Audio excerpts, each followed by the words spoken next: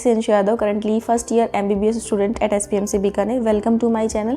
I hope you are doing good. आपकी NEET की preparation अच्छी चल रही होगी। 2 महीने अभी भी आपके पास बचे हुए हैं और आप अच्छे से अपनी पढ़ाई कर रहे होंगे। नीट का जो रिविजन है चैप्टर्स का वो आप प्रॉपरली कर रहे होंगे। और जिनकी प्रिपरेशन अच्छी नहीं भी है, प्लीज़ ट्राई करते रहिए। नीट तक कुछ भी हो सकता है, नीट तक कोई भी चीज़ें चेंज हो सकती है। ज़रूरी नहीं अगर आपके मार्क्स जो है अच्छे नहीं आ रहे हैं तो वो डेफिनेटली इंक्रीज हो सकते हैं अगर आप रिवीजन करोगे उस चीज़ का। सो ये वाला जो वीडियो एक्चुअली मैं बना रही हूँ ये मैं फिज़िक्स के ऊपर ही बना रही हूँ। फिज़िक्स जो है उसमें बहुत सारे स्टूडेंट्स को दिक्कत होती है नीट में, क्योंकि फ़िज़िक्स जो है उनका फेवरेट टॉपिक नहीं होता है। उसकी वजह से क्या होता है कि वो स्टार्टिंग से उस पर ध्यान भी नहीं देते हैं इतना। कुछ स्टूडेंट्स होते हैं जिनका फिज़िक्स ही फेवरेट टॉपिक होता है नीट में, बट कुछ के लिए वो बहुत ज़्यादा खतरनाक होती है। तो इसके लिए क्या करना है कि फ़िज़िक्स जो है आपने अगर स्टार्टिंग से नहीं पढ़ी है तो कुछ चैप्टर्स जो है फिज़िक्स में उनकी वेटेज ज़्यादा होती है, तो उन चैप्टर्स को आप पहले कर लीजिए, उनका रिवीजन करिए, ताकि आपके इतने मार्क्स जो है 120 प्लस मार्क्स 130 प्लस मार्क्स जो है वो फिक्स हो जाए कि इतने मार्क्स तो आ ही जाएंगे। फिर आप बायो में और केमिस्ट्री में मार्क्स को इम्प्रूव करके और अपना सिलेक्शन जो है वो पक्का कर सकते हैं। So before starting this video, please subscribe to my channel and like this video. If you like it then like this video. So let's start this video. सबसे पहले फिजिक्स में जो चैप्टर्स हैं जिनका वेटेज ज़्यादा होता है उनको मैंने 2 कैटेगरी में डिवाइड किया है। लाइक एक जो लिस्ट ऑफ चैप्टर्स है वो है जो बहुत इजी चैप्टर है, उनको आप एक दिन में पढ़ के उनके PYQs कंप्लीटली सॉल्व करके 3 घंटे में चैप्टर को ख़त्म कर सकते हैं।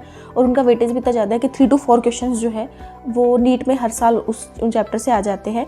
और एक जो लिस्ट ऑफ चैप्टर्स है वो चैप्टर्स है जिनका वेटेज तो बहुत ज़्यादा है, आपको सबको पता है, बट उन चैप्टर्स को करने में आपको टाइम लगता है। थोड़े कंसेप्चुअल और लॉन्ग चैप्टर्स है, चाहे हार्ड नहीं हो बट उनके टॉपिक्स इतने सारे उस चैप्टर में कि उनको करने में टाइम लगता है। सो जो लिस्ट ऑफ चैप्टर्स है वो सबसे पहले तो लाइक वो चैप्टर्स जिनके आपको करने में जो है कम टाइम लगेगा और आप जल्दी से उन चैप्टर को कवर करके उनके PYQs लगा के उन चैप्टर को ख़त्म कर सकते हैं, वो चैप्टर्स है। एक जो है डायमेंशंस जो चैप्टर है, यूनिट्स एंड मेजरमेंट वाला, उसके हर बार नीट में जो है 3 to 4 क्वेश्चन जो है आ रहे हैं और वो चैप्टर बहुत इंपॉर्टेंट है। आपको पता है ईजी चैप्टर है बहुत, उनमें हर बार जो है सेम प्रकार के क्वेश्चन ही आते हैं, सेम टाइप ऑफ क्वेश्चन आते हैं। वो क्वेश्चन आप ईजिली कर सकते हैं। उनको क्वेश्चन बिल्कुल आपको डायमेंशन वाला चैप्टर जो है वो स्किप नहीं करना है, उसको पक्का से कर लीजिए। वो जो क्वेश्चंस गलत होते हैं ना तो वो आपकी रैंक को बहुत ज़्यादा डिक्रीज़ करते हैं, क्योंकि ये जो चैप्टर्स है ना जिनमें इजीली स्कोरेबल होता है वो चैप्टर्स आपको ज़रूर करने चाहिए, वरना फिर आपकी रैंक जो है वो ज़्यादा नीचे जाएगी उन क्वेश्चंस को गलत करने की वजह से। तो एक तो हो गया unit and dimension chapter. Second chapter is alternating current. According to me alternating current एक ऐसा चैप्टर है जो जल्दी किया जा सकता है, ज़रूरी नहीं सबके लिए हो, बट अल्टरनेटिंग करंट एक बहुत छोटा सा टॉपिक है और उसमें जो है क्वेश्चंस जो है वो एक पर्टिकुलर टॉपिक से आते हैं और आपने वो समझ लिया तो उसमें किसी भी प्रकार के क्वेश्चन पूछे जाए, किसी भी टाइप के क्वेश्चन पूछे जाए, आप वो डेफिनेटली कवर कर सकते हैं। सो अल्टरनेटिंग करंट एक बहुत छोटा टॉपिक है, उसको आप अच्छे से एक दिन में कवर कर सकते हैं, उसका पूरा PYQs कवर कर सकते हैं, मतलब एक दिन में, मतलब जो 3 घंटे में लगभग आप उसको कवर कर सकते हैं। Third topic is current electricity. Current electricity बहुत इंपॉर्टेंट टॉपिक है, हर बार उससे क्वेश्चंस आते हैं। ये जो चैप्टर है ना थोड़ा सा बड़ा है, बट इस चैप्टर में फॉर्मूला बेस्ड चीज़ें हैं। आपको इसमें इतना ज़्यादा कुछ पढ़ना नहीं है, इसमें डायरेक्ट मतलब समझना नहीं है, डायरेक्ट इसमें फॉर्मूला बेस्ड होता है। तो आपको करंट इलेक्ट्रिसिटी जरूर कर लेना है और ये चैप्टर भी जो है आप एक मतलब कवर जल्दी से कर सकते हैं। सो ये चैप्टर हो गया। फोर्थ जो चैप्टर है दैट इज न्यूक्लियाई है एक चैप्टर और ग्रेविटेशन चैप्टर। ये दोनों चैप्टर आपको पता है छोटे चैप्टर्स है। न्यूक्लियाई थोड़ा सा लॉन्ग हो सकता है बट ये मॉडर्न फिजिक्स का चैप्टर है। इसमें जो है इसमें से क्वेश्चन जो है वो 2 to 3 क्वेश्चन पूछ लिए जाते हैं और ये जो है इस पर फॉर्मूला बेस्ड क्वेश्चन पूछे जाएंगे। ये नहीं है काइनेमेटिक्स की तरह घुमा के क्वेश्चन पूछ लिया। तो ये चैप्टर के क्वेश्चन जो है वो आपके सही होने के बहुत ज़्यादा चांसेस होते हैं। इन चैप्टर को डेफिनेटली आपको रिवाइज करना है।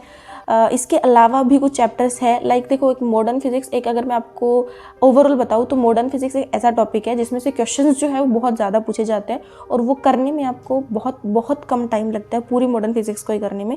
सो वो आप लास्ट में अगर आपके पास इन चैप्टर करने के बाद टाइम बचे तो उनको डेफिनेटली आप पूरी मॉडर्न फिजिक्स जो है वो कंप्लीट कर लेना, क्योंकि वो करने में टाइम लगेगा आपको थोड़ा कम, बट वो जो है उससे जो क्वेश्चंस हैं वो बहुत ज़्यादा पूछे जाते हैं। तो ये तो हो गई उन चैप्टर्स की लिस्ट जिनमें को करने में आपको कम टाइम लगता है। कुछ चैप्टर्स हैं जिनको करने में आपको ज़्यादा टाइम लगेगा बट उनकी वेटेज बहुत ज़्यादा है। उसमें आता है सबसे पहले आपका मैं बताऊंगी तो वो होगा आपका रोटेशनल मोशन। रोटेशनल मोशन बहुत ईजी चैप्टर है। हमें क्या होता है रोटेशनल मोशन में एक डर सा होता है क्योंकि बहुत बड़ा सा चैप्टर है ना, उसमें इतने सारे टॉपिक्स है तो हमें लगता है पता नहीं क्या ही है इस चैप्टर में, बट ये एक ईजी चैप्टर है। आप इसको ईजिली आप उसको पढ़ोगे तो इसके जो क्वेश्चंस है वो आजकल फिलहाल कुछ सालों से नीट में जो है ईजी पूछे जाते हैं। जेईई में इसके क्वेश्चन टफ होते हैं बट रोटेशनल के क्वेश्चन नीट में ईजी होते हैं, तो ये चैप्टर्स आपको जरूर कर लेना है। इससे भी लगभग 3 to 4 क्वेश्चन जो है वो हर साल पूछे जाते हैं। Second is fluid. Fluid is very easy chapter according to me. Fluid एक समझने का नहीं है, फ्लूइड में इतना कुछ, उसमें भी जो है फॉर्मूलाज होते हैं, बहुत सारे फॉर्मूला है, बट वो ईजी है। तो अगर आप उस चैप्टर को पूरा रिवाइज कर लेते तो आपका डेफिनेटली आपके 3 क्वेश्चन जो है नीट में पक्का हो जाते हैं, क्योंकि वो क्वेश्चन ज़रूर पूछे जाते हैं नीट में। थर्ड जो इम्पॉर्टेंट है वो है मैग्नेटिज्म। मैग्नेटिज्म के 2 यूनिट्स हैं, moving charges magnetism and magnetism and matter. तो जो मैग्नेटिज्म एंड मैटर है वो एक ईजी टॉपिक है, उसमें थ्योरेटिकल पार्ट जो है वो है मेनली, और मूविंग चार्ज एंड मैग्नेटिज्म जो है वो थोड़ा समझने का टॉपिक है। इससे जो है 5 to 6 क्वेश्चन जो है वो पूछे गए हैं नीट में पिछले साल एंड पिछले साल से पहले। बहुत ही इंपॉर्टेंट चैप्टर है, यूनिट है एक तरह से मैग्नेटिज्म एक। तो आपको इन दोनों चैप्टर को कर लेना है, जिसमें अर्थ मैग्नेटिज्म भी आता है, उससे भी क्वेश्चन पूछे जाते हैं बहुत सारे, तो वो आपको ज़रूर कर लेना है। तो एक मैग्नेटिज्म इंपॉर्टेंट टॉपिक है। अच्छा, नेक्स्ट जो टॉपिक है वो रे ऑप्टिक्स है। रे ऑप्टिक्स सबको पता है कि इंपॉर्टेंट टॉपिक है, बट बहुत टफ होता है रे ऑप्टिक्स में। अगर पूछा जाए तो बहुत ईजी क्वेश्चन भी पूछा जा सकता है, बट इससे बहुत ज़्यादा टिपिकल क्वेश्चंस जो है वो भी बन सकते हैं। तो पता नहीं ये से क्वेश्चन कैसा पूछा जाएगा। तो ये टॉपिक आप जब करें तब आपका, अगर आपको और आपने कंप्लीट कर लिया है तो आप कर लेना इसको, क्योंकि इसका वेटेज ज़्यादा है, बट इसको करने में भी ज़्यादा टाइम लगता है और समझने का भी इसमें बहुत ज़्यादा है। तो सब कुछ करने के बाद आप इसको कर सकते हैं। Next is electrostatic potential and capacitance वाला जो टॉपिक है, यूनिट है बेसिकली। ये जो यूनिट है, ये 2 चैप्टर्स का, ये बहुत इंपॉर्टेंट यूनिट है। इससे भी बहुत ज़्यादा क्वेश्चन पूछे जाते हैं। कैपेसिटेंस जो है उसमें ज़्यादा कुछ होता नहीं है, बट कैपेसिटेंस से क्वेश्चन बहुत ज़्यादा पूछे जाते हैं। आपने देखे होंगे PYQs, आप देखेंगे खोल के तो इतने सारे PYQs आए हुए हैं, स्पेशली कैपेसिटेंस और पोटेंशियल डिफरेंस वाले क्वेश्चन से। तो वो आपको ज़रूर से कर लेना है। इससे भी जो है 3 to 4 क्वेश्चन, बल्कि उससे भी ज़्यादा क्वेश्चन जो है वो पूछे जाते हैं नीट में। सो इन टॉपिक्स को आपको अच्छे से करना है। उसके अलावा काइनेमेटिक्स जो है, बहुत सारे स्टूडेंट्स को ना काइनेमेटिक्स में है ना डर होता है अपन को। तो काइनेमेटिक्स जो है वो आप कर लो अगर आपका मैकेनिक्स थोड़ा ठीक है तो, क्योंकि काइनेमेटिक्स में अगर आपको ज़्यादा कंसेप्चुअल नहीं आता है चीज़ें, तो स्पेशली जो काइनेमेटिक्स की स्ट्रेट लाइन के, motion in straight line and motion in plane के जो फॉर्मूलेज होते हैं उनको तो आप अच्छे से कर लेना, क्योंकि क्वेश्चन जो है उससे पूछ लिए जाते हैं।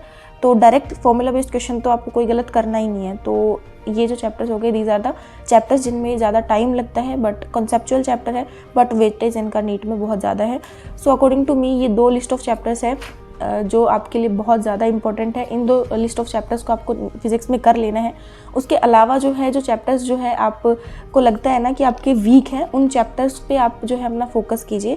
और देखो, कुछ चैप्टर्स ऐसे होते हैं जो आप करके बैठे होंगे ऑलरेडी, मतलब उनको बस रिवाइज करना है और वो चैप्टर डन है। उन चैप्टर, इनमें से भी कुछ चैप्टर्स होंगे आपके ऐसे, और कुछ चैप्टर्स होंगे जो आपको बिल्कुल भी नहीं आते, बट इस लिस्ट में वो चैप्टर्स है जिनका वेटेज ज़्यादा है। तो वो चैप्टर आप प्लीज़ अभी उनको चैप्टर को ख़त्म कर लीजिए, पढ़ लीजिए। अगर आपको कोई डाउट है उसमें तो वो क्लियर कर लीजिए टीचर से। आई थिंक ये वीडियो आपके लिए यूज़फुल रहेगा, क्योंकि इसमें जो है ये जो लिस्ट ऑफ चैप्टर है ये मैंने पूरा देख के बनाया है कि कितने चैप्टर्स जो है कौन सी साल में पूछे गए हैं उसके हिसाब से। सो प्लीज़ इन चैप्टर्स को जो है आप जल्दी से कवर कर लेना और इन चैप्टर्स को रिवाइज भी कर लेना। Thank you so much for watching this video. And एक जो है मैं क्वेश्चन आंसर वाला वीडियो जो है वो इसके नेक्स्ट वीडियो शायद होने वाला है, क्योंकि मैंने आपसे पूछा था, तो आप जो है वो क्वेश्चन आंसर वाला जो क्वेश्चंस हैं वो पोस्ट में डाल देना। तो वो जो क्वेश्चंस आपको पूछने हैं उनका, तो मैं उस पर वीडियो डेफिनेटली बना दूंगी। Thank you so much for watching this video. अगर आपको अच्छा लग गया हो तो please share this video with your friends and please लगे रहिए। All the best for preparation.